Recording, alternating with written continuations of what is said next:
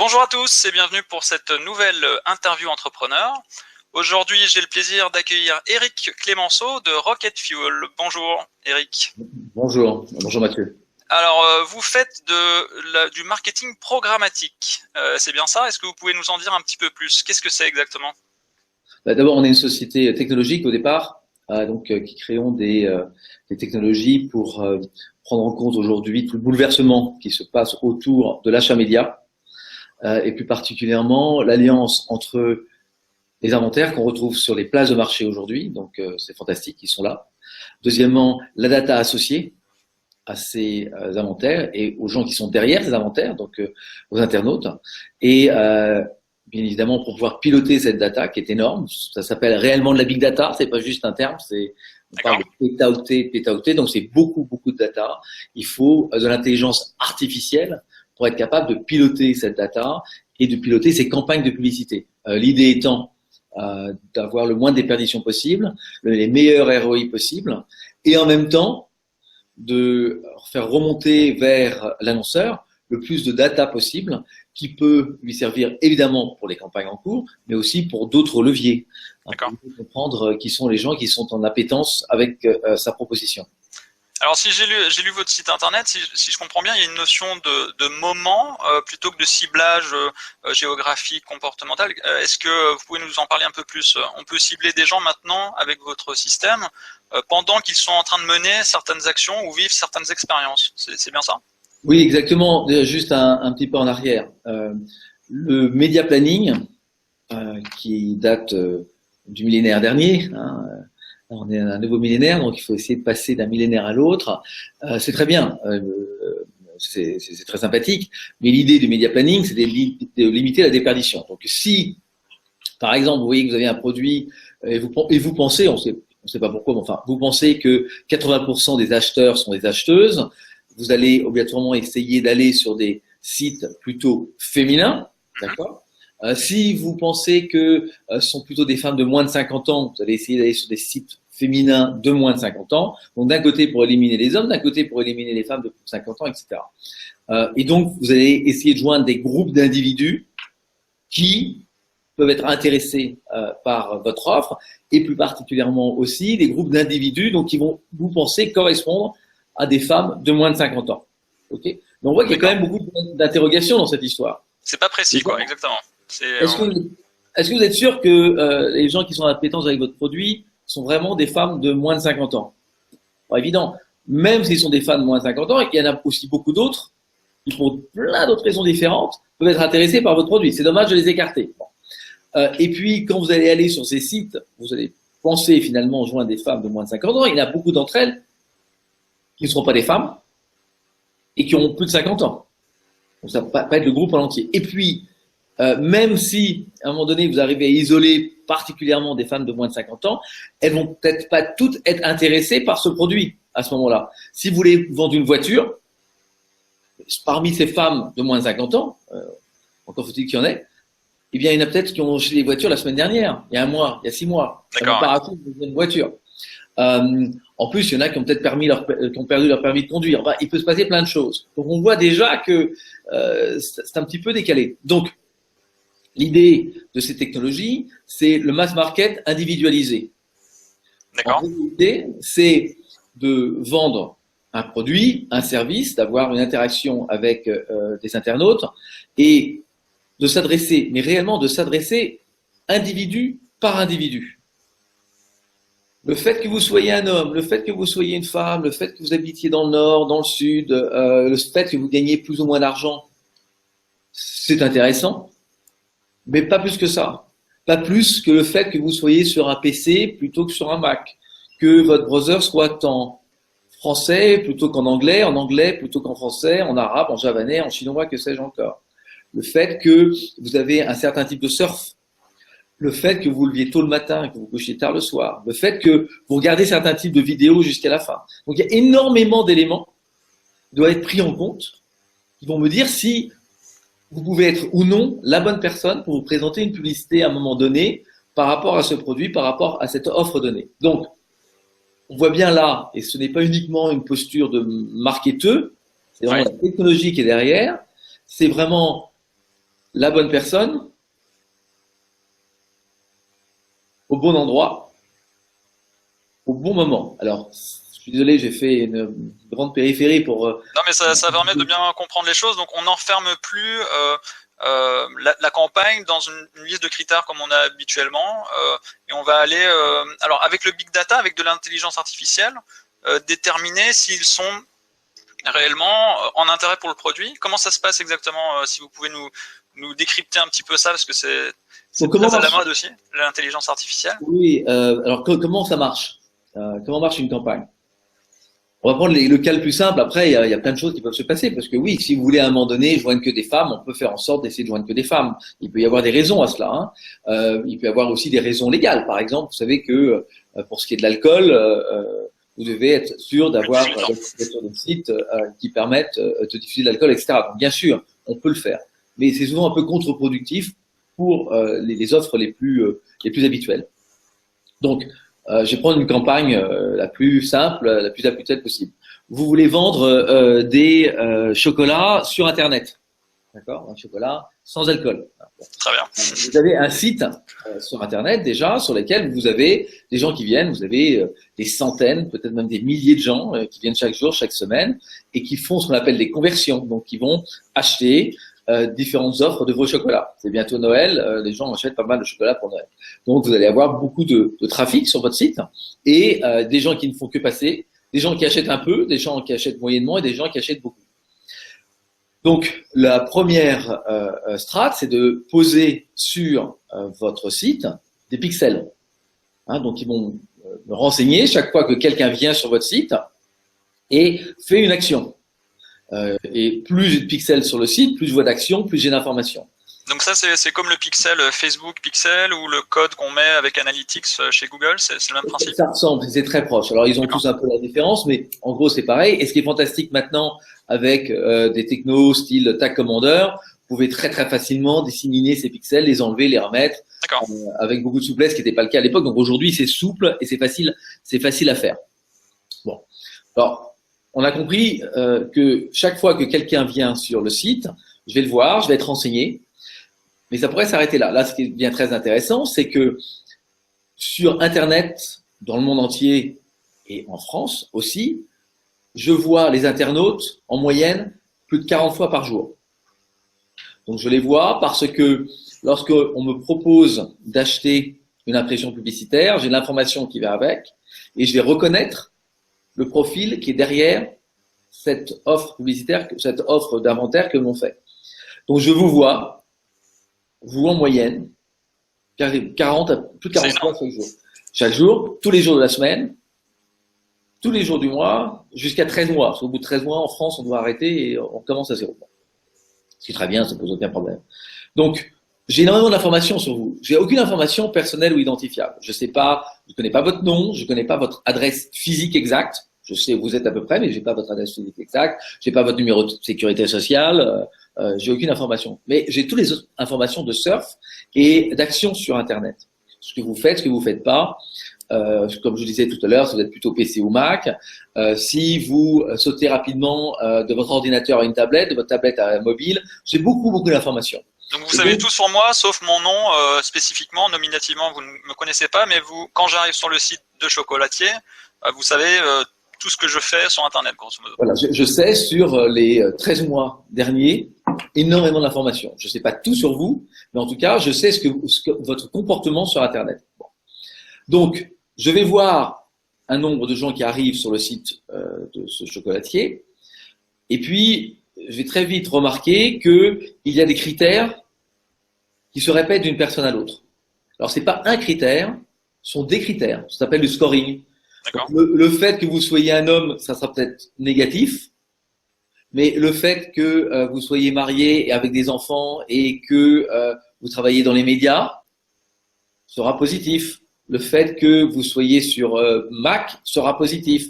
Et donc, j'ai trouvé des combinaisons de critères. On ne parle pas de 5 ou 6 critères. En général, les campagnes sont pilotées sur 5 ou 6 critères, sur la plupart des machines aujourd'hui.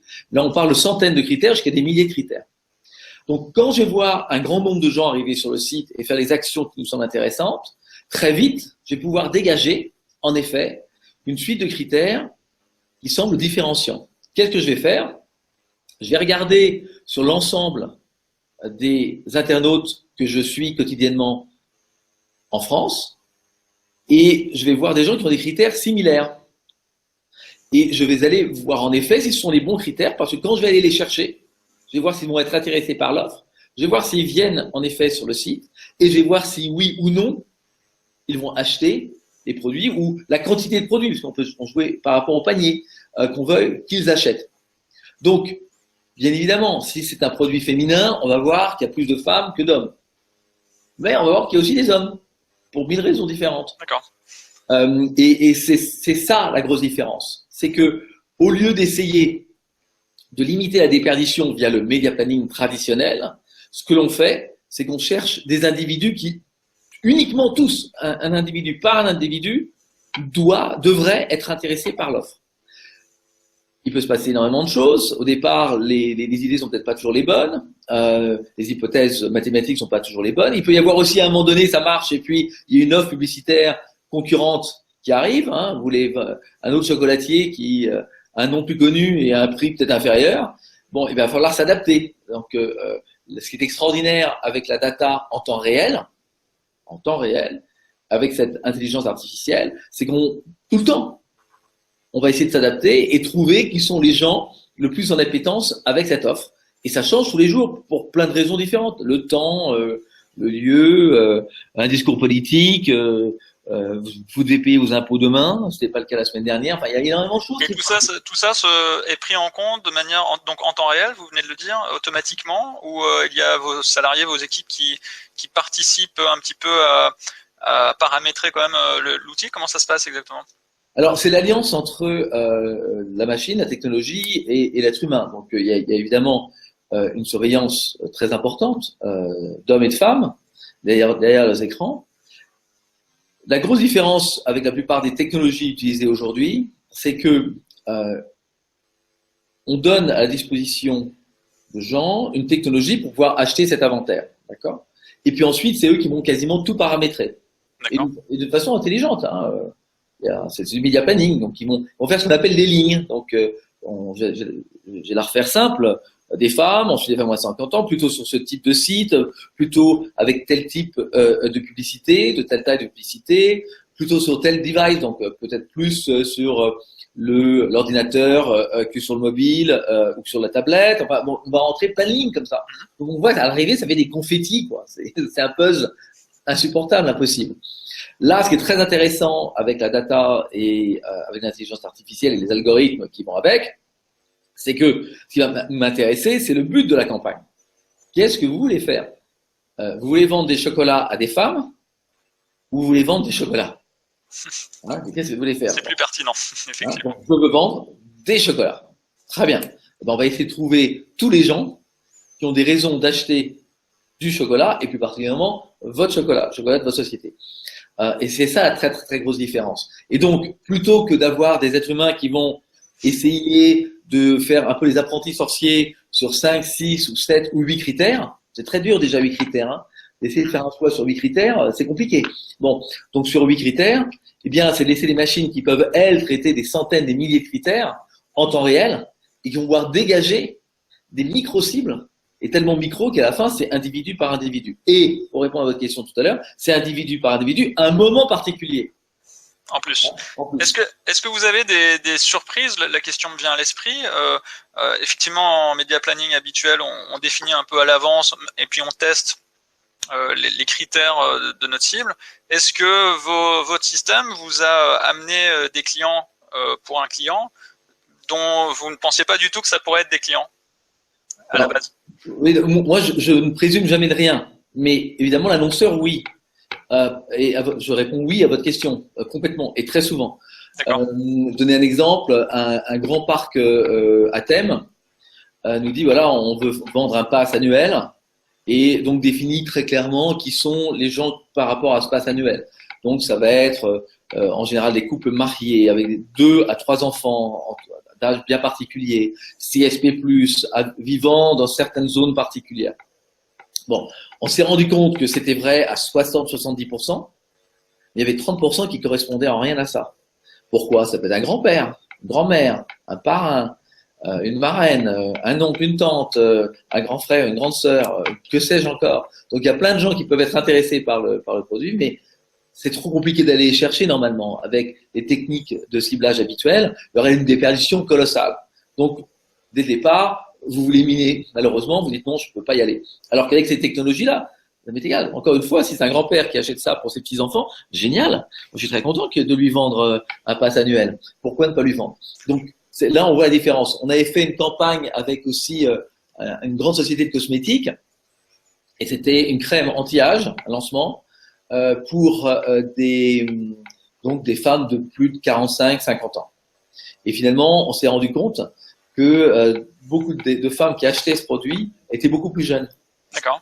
Mais vraiment beaucoup plus jeunes.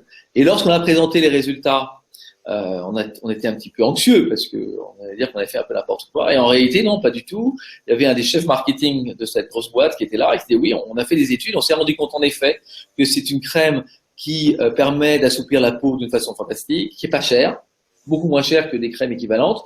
Et donc très très vite, il y a eu un buzz qui s'est fait que c'est une crème qui, même si normalement la cible était pour les 50 et plus, était en réalité pour les 20 et plus. Bon. Et donc nous, on l'a découvert, mais on l'a découvert à l'envers, c'est-à-dire qu'on a découvert les gens qui étaient prêts à acheter cette crème. En fait, vous êtes vous êtes une boîte qui permet d'aller vers des segments de marché qui étaient pas exploités ou même pas connus ou envisagés par les clients. Donc c'est effectivement, ça a l'air très puissant. Oui, parce que ce qui est important, c'est que cette data, souvent on parle de boîte noire, mais c'est pas une boîte noire la programmatique. Cette data, on la rétribue, on la donne, on la partage à 100% avec l'annonceur. C'est-à-dire que tout ce qu'on voit, qu'est-ce qui a marché, qu'est-ce qui n'a pas marché, c'est intéressant aussi de savoir qu'est-ce qui n'a pas marché. On le partage avec l'annonceur. Il y a des choses très intéressantes. On se rend compte par exemple sur certains segments automobiles, pas tous les segments automobiles, dans certains segments automobiles, certains types de véhicules, vous allez avoir beaucoup plus de transformations, donc par exemple de demandes d'essais automobiles, de configuration d'automobiles, de demandes de brochures. Sur des sites, il y a 2 campagnes dernièrement qui ont été comme ça, sur des sites de demande de recherche d'emploi que sur des sites automobiles. D'accord. Bon, c'est étonnant. Si vous faites du média planning, c'est pas du tout ce que vous allez faire. Et donc vous allez acheter très très cher des impressions sur des sites automobiles, alors que vous allez avoir beaucoup plus de résultats positifs sur ce type de sites qui ne sont pas obligatoirement des sites automobiles. Ça peut être différent pour la prochaine campagne, parce que chaque campagne est unique. Si vous voulez vendre des chaussures rouges, je ne vais pas prendre une campagne du mois dernier qui a très bien marché pour un concurrent sur des chaussures rouges. Pourquoi? Parce que d'abord c'était le mois dernier, c'est plus pareil. Deuxièmement, c'est un nom différent, c'est un positionnement différent, c'est un prix différent. Et donc chaque campagne va travailler, c'est votre campagne à vous. Elle est faite par rapport à votre data et elle est faite par rapport à des critères chaque fois uniques par rapport à vous, par rapport à votre marque. D'accord. Alors j'imagine que vu la puissance de l'outil, le degré de personnalisation et d'analyse que vous faites, c'est un outil qui n'est peut-être pas accessible aux très petites entreprises. Quel serait un budget minimum que vous proposez pour accéder au service de Rocket Fuel? Il y a 2 choses. Il y a en effet le budget et aussi le site sur lequel ça se passe. Le budget, on se rend compte que en dessous de 7 000 €, en général on essaie d'avoir plutôt 10 000 € et plus. En dessous de 7 000 € c'est difficile parce que vous n'avez pas assez de temps, vous n'avez pas assez de puissance pour justement exploiter cette data. L'autre point important, c'est par rapport à la puissance du site. Si en effet, vous avez un site sur lequel vous avez 3 personnes qui viennent chaque jour et vous avez une transformation, une vente chaque mois, ça va évidemment être très très difficile de créer des modèles. À ce moment-là, il faut faire d'autres choses. À ce moment-là, il faut avant tout créer du trafic. Donc, plutôt que d'utiliser dès le départ cette data de cette manière-là, c'est d'aller chercher un maximum de gens qui viennent sur votre site et peu à peu, on va voir, au lieu d'aller chercher n'importe qui, n'importe quoi, ce qui n'est jamais le cas, mais on va peu à peu définir qui sont les gens qui semblent les plus intéressants, qui vont rester sur votre site et qui vont acheter quelque chose. Donc, c'est un petit peu difficile au début parce que vous n'avez pas un retour sur investissement immédiat, parce que c'est vraiment pour créer du trafic avant de créer réellement des ventes. Il y en a, mais pas aussi utile que par la suite. C'est vraiment les deux principales raison importante souvent de ne pas travailler avec ce type de technologie. En effet, c'est de pouvoir mettre sur la table 7 000 euros ou plus. Et l'autre, c'est d'avoir suffisamment de trafic sur son site. D'accord, ok. Effectivement, ça reste un budget pour des TPE. Alors j'avais une autre question.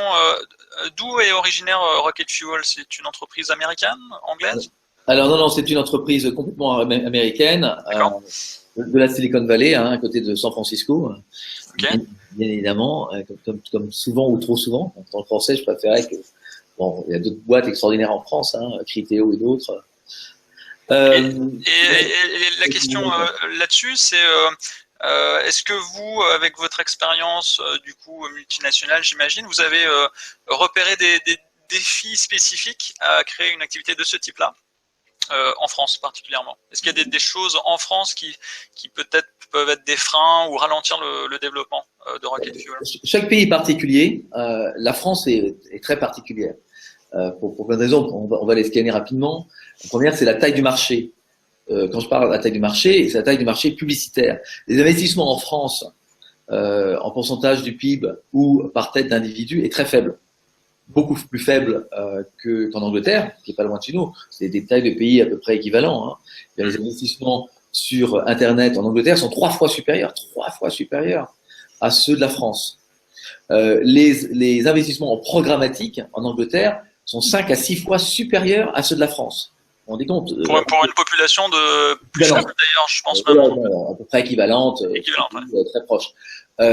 Évidemment, on est beaucoup moins que le Japon, beaucoup moins que les États-Unis, donc c'est déjà un problème. Donc dès le départ, malgré en effet la taille du pays, le nombre d'habitants, on est sous-investi en termes publicitaires. C'est très bizarre. Ça, c'est la première raison qui change beaucoup de choses. La deuxième, c'est l'emprise d'un nombre limité de grosses agences de publicité sur l'achat média. D'accord. Si en France, vous travaillez pas avec les 4-5 plus grosses agences publicitaires, vous vous coupez à peu près de 70% du marché. 80% si on prend l'ensemble des médias. C'est énorme. Il vous reste que 20%, c'est pas beaucoup. Quand vous regardez les États-Unis, c'est moins de 50%. Vous avez ces grandes agences publicitaires qui achètent à peu près 46% des volumes. Donc il y a une concurrence beaucoup plus forte parmi vos intermédiaires. Même si vous n'arrivez pas à travailler avec eux, vous avez 50%, c'est énorme. Donc vous ne pouvez pas travailler avec eux. Autant travailler avec eux, mais donc là vous êtes contraint de trouver des accords pour pouvoir travailler avec eux. Ça c'est la deuxième raison.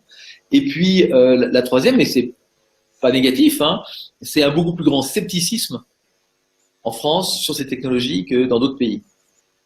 Dans les autres pays, ils essaient, enfin pas dans tous, mais si je prends les pays plutôt anglo-saxons, les États-Unis et l'Angleterre, ils vont trouver la bonne raison de travailler avec vous. Essayez, on va bien voir.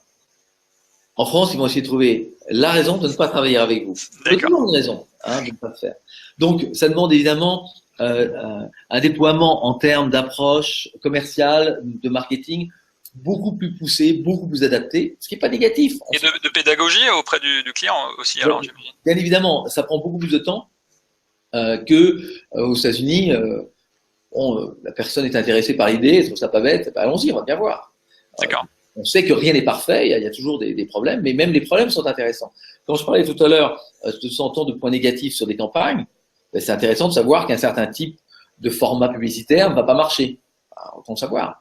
Ou que souvent maintenant on fait de plus en plus de CRM onboarding. Donc on va aller chercher dans le CRM des informations pour faire en sorte d'être encore meilleur en termes de data et donc d'être plus efficace.